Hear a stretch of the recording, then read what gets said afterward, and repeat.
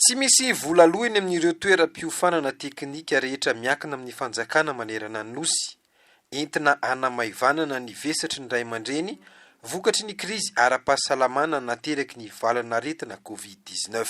Natao 0 ariary ny droit d'inscription, 0 ariary ny frais généraux, 0 ariary ny frais de formation.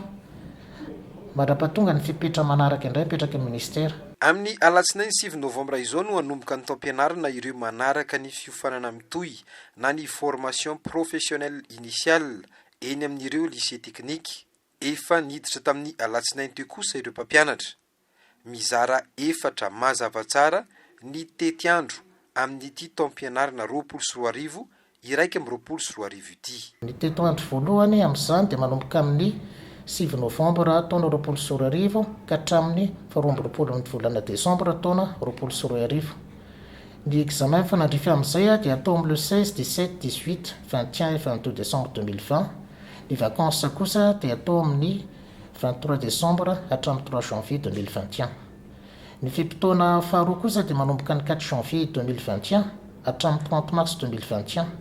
Ny examen dia ho atao amin'ny 24, 25, 26, 29 et 30 mars 2021.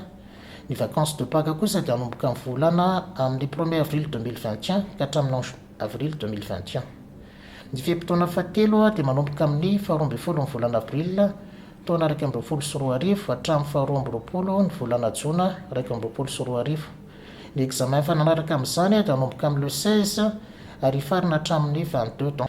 Ny vacances kosa amin'ny fête nationale dia ny 23 juin 2021 hatramin'ny 27 juin 2021.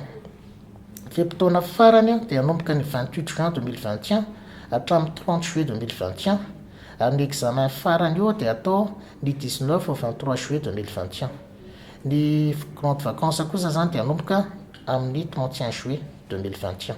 Ho an'ireo toeram-piofanana manofana tanora hiditra amin'ny sehatry ny asa kosa na ny formation professionnelle qualifiante hanomboka ny janoary 2024 ny Fampianarana.